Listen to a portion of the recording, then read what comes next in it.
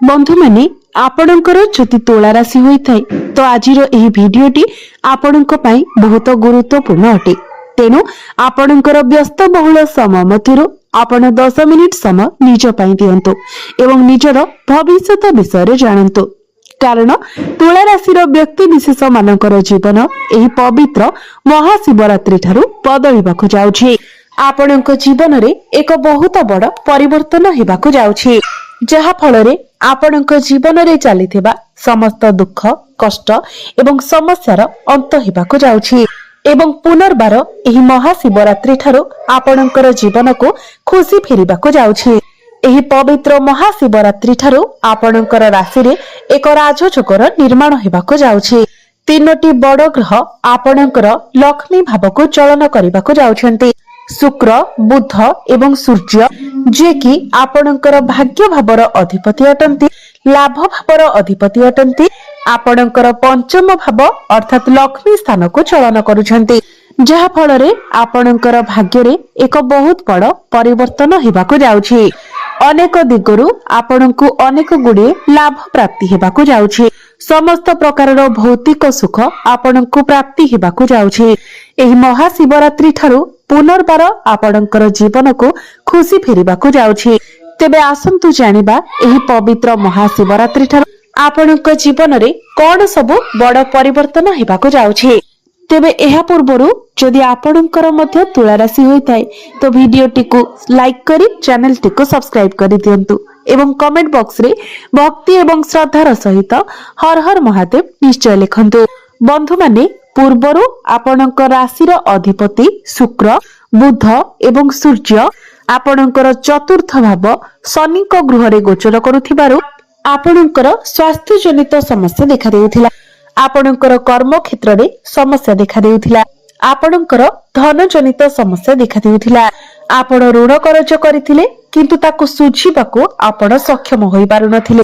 आपण जेउ बे कार्य रे हाथ देउथिले सेथिरे आपणको सफलता मिलि पारु नथिला। आपणको उपरे ऋण करजर भार बढ़ी बढ़ी चलिथिला। आपणकर घर परिवार रे खुशीर वातावरण नथिला। मानसिक चाप भितरे आपण रहुथिले। शिक्षा क्षेत्र रे समस्या देखा देउथिला। आपणकर अननेसेसरी खर्च हेउथिला। समाज रे आपणकर मान सम्मान नथिला। आपणको चाकरीटिए मध्य प्राप्ति होई पारु नथिला। संतान संतति पई आपण चिंतित थिले। आपणकर बिजनेस रे मध्य लॉस हेउथिला। आपणकर प्रेम जीवन रे मध्य समस्या देखा देउथिला। तेबे एभली जहा भी किछि समस्या आपणक जीवन रे लागि रहिथिला ताहा एबे दूर हेबाकु जाउछि। एही महाशिवरात्रि ठारू आपणक जीवन रे पुणी थरे खुशी फेरिबाकु जाउछि। आपणक जीवन रे नूतन सूर्योदय हेबाकु जाउछि। सबुठारु बड़ घटना हेउछि आपणकर राशिर अधिपति शुक्र एवं भाग्य भावर अधिपति बुध आपणकर पंचम भावरे लक्ष्मी नारायण राजयोगर निर्माण करिवे, जहा फलरे आपणको प्रत्येक क्षेत्ररु लाभ ही लाभ प्राप्ति हेबाकु जाउछि। विशेष करी प्रेम जीवन रे आपणको सफलता प्राप्ति हेबा। शुक्र हेउछन्ति प्रेमर कारक ग्रह। तो पूर्वरु आपणकर प्रेम जीवन रे जदि कोनोसी प्रकारर समस्या लागि रहिथिला तो आपणकर प्रेम जीवन रे लागि रहितिबा समस्त समस्यारु आपणको मुक्ति मिलिबा। जे मानक मध्य रे कथावार्ता बंद होई जायथिला, ब्रेकअप इत्यादि होई जायथिला, सेमानक मध्य रे पुणी थरे कथावार्ता होई पारे। पैचअप हेबार संभावना बनुछि। आपणक जीवन रे केही नूतन पार्टनर आसी पारंती। कहा सहित आपणकर नूतन संपर्क जोड़ी होई पारे। एही महाशिवरात्रि ठारू आपण आपणकर प्रेम को आगको नेबाको चेष्टा करिवे। आपणकर भल पाइबा विवाहर रूप मध्य नै पारे। जे मानकर विवाह होई नाही, विवाह बयस होइथिले सेमानकर गृह को विवाह प्रस्ताव मान आसी पारे। आपणकर विवाह फाइनल मध्य होई पारे। आपणकर पंचम भावरे शुक्र गोचर करुथिबारु एवं पंचम भाव उपरको गुरुंकर दृष्टि रहुथिबारु आपणको संतान सुख प्राप्ति हेबा। नूतन गर्भ धारण करिबा पई एही महाशिवरात्रि परर समय आपणक पई बहुत अधिक शुभ रहिबा। आपणकर घर परिवार रे हस खुशीर माहौल लागि रहिबा। संतान सुख आपणको प्राप्ति हेबा। पंचम भावटी आपणकर शिक्षा क्षेत्रर भाव होइथाय, संतानर भाव होइथाय। जेहेतु गुरुंकर दृष्टि आपणकर पंचम भाव उपरे रहुअछि तो शिक्षा क्षेत्र में आपण बहुत अधिक उन्नति एवं प्रगति करिवे। एही महाशिवरात्रि ठारू आपण उच्च शिक्षा करिबा पई बाहर को जाई पारंती। पाठ पढ़ारे आपण किछि ना किछि बड़ करबा को चेष्टा करिवे। आपणक मध्यरे ज्ञान एवं बुद्धि बढ़िबो। ज्ञान एवं बुद्धि बलरे आपण पाठ पढ़ारे बहुत अधिक उन्नति करिवे। कोनोसी नूतन स्थान रे आपण एडमिशन नै पारंती। मन पसंदर कॉलेज रे आपणकर एडमिशन होई पारे। एही महाशिवरात्रि परे जदि आपण कोनोसी कंपटीशन में भाग नेउछंती किंबा कोनोसी कॉम्पिटिटिव एग्जाम देउछंती तो आपण सुनिश्चित भाबरे सेथिरे सफलता लाभ करिवे। कारण गुरु आपणकर शुभ स्थान रे विराजमान अछंती। गुरुंकर दृष्टि मध्य बुधंक ऊपर पडुछि तो भाग्यर साथ आपणको निश्चित भाबरे प्राप्ति हेबो। भाग्य बलरे आपण जो भी कार्य रे हाथ देबे सेथिरे आपणको सफलता प्राप्ति हेबो। अटकी रहितिबा आपणकर प्रत्येक कार्य पुणी थरे चालू हेबाकु लागिबो। एही महाशिवरात्रि परे आपणकर गृहरे कोनोसी शुभ मांगलिक कार्यर आयोजन होई पारे। आपण किछि धार्मिक स्थान को यात्रा करि पारंती। दूर स्थान को यात्रा करि पारंती। जो माने शेयर मार्केट स्टॉक मार्केट एवं ट्रेडिंग रे काम करूछंती सेमानंको आकस्मिक भावरे धन मध्य प्राप्ति हेबो। आपणक पितांक सहित आपणकर संपर्क बहुत भल रहिबो। पितांकर सहाय्य सहयोग आपणको प्राप्ति हेबो।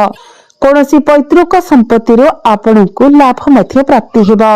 शनि आपणकर शुभ स्थान रे गोचर करूथिबारु एही महाशिवरात्रि परे आपण किछि भूमि जमी प्रॉपर्टी इत्यादि क्रय करि पारंती। किंबा पूर्वरु जदि आपणकर किछि प्रॉपर्टी सेल होई पारु नथिला तो एही महाशिवरात्रि परे आपणकर सेही प्रॉपर्टी सेल होई पारे। आपणकर हातକୁ मोटा अंकर अर्थ मत सूर्य जेहेतु आपणकर लाभ स्थानर अधिपति पंचम भावरे चलन करिवे तो आपणको आकस्मिक भावरे लाभ प्राप्ति हेबो। विभिन्न दिगरु आपणक पाखको अर्थ आसीबो। आपणकर इनकम सोर्स बढ़ी जिवो। आपण किछि एक्स्ट्रा इनकम करबा को भाबी पारंती। धन रोजगार करबा पई आपणको नुआ नुआ रास्ता मध्य मिल जिवो। जो माने व्यापार वाणिज्य करूछंती सेमाने मध्य बहुत अधिक उन्नति एवं प्रगति करिवे। बिजनेस रे आपणकर ग्राहक बढ़िबे। आपण किछि नुआ बिजनेस स्टार्ट करि पारंती। आपणको वैवाहिक सुख प्राप्ति हेबो। शनिकर दृष्टि आपणकर द्वादश भाव ऊपर को रहुछि तो जो माने विदेश यात्रा करबा को चाहुछंती सेमानंकर सेही इच्छा पूर्ण हेबो।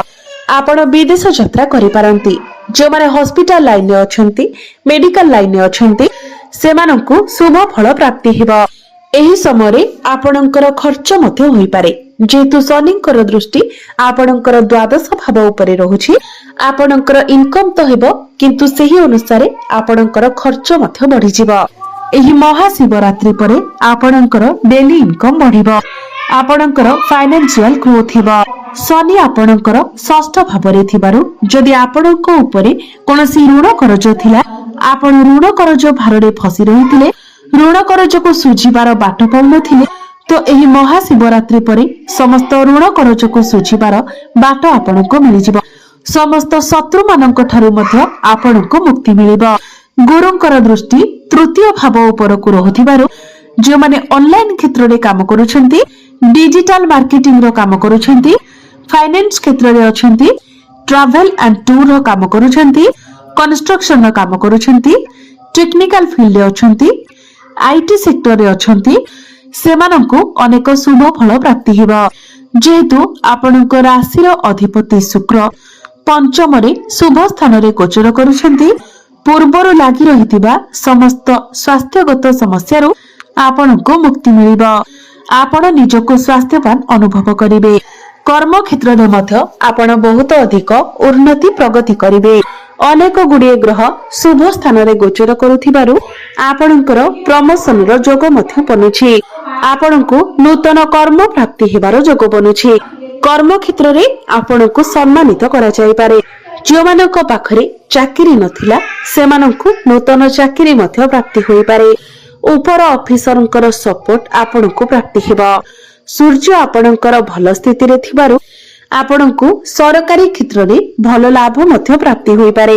କୌଣସି ଏମଏନସି କମ୍ପାନୀରୁ ଆପଣଙ୍କୁ ଜବ୍ ଅଫର ମଧ୍ୟ ଆସିପାରେ। ଆପଣ ଆପଣଙ୍କର କର୍ମକୁ ନେଇ ବାହାରକୁ ମଧ୍ୟ ଯାତ୍ରା କରିପାରନ୍ତି। ତେବେ ଅଧିକ ଶୁଭ ଫଳ ପ୍ରାପ୍ତି କରିବା ପାଇଁ ଆପଣ ପ୍ରତ୍ୟେକ ଦିନ ଶୁକ୍ରଙ୍କର ବୀଜ ମନ୍ତ୍ର 108 ଥର ଜପ କରନ୍ତୁ। ପ୍ରତ୍ୟେକ ଦିନ ସକାଳୁ ଆପଣ ଓಂ ନମଃ ଶିବାୟ ମନ୍ତ୍ର 108 ଥର ଜପ କରନ୍ତୁ।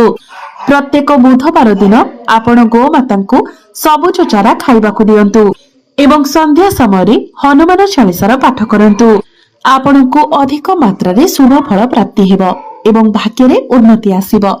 ତ ବନ୍ଧୁମାନେ, ଆପଣଙ୍କର ଜୀବନ ମଙ୍ଗଳମୟ ହେଉ, ଏହା ହିଁ ଈଶ୍ୱରଙ୍କ ନିକଟରେ ମୋର ପ୍ରାର୍ଥନା।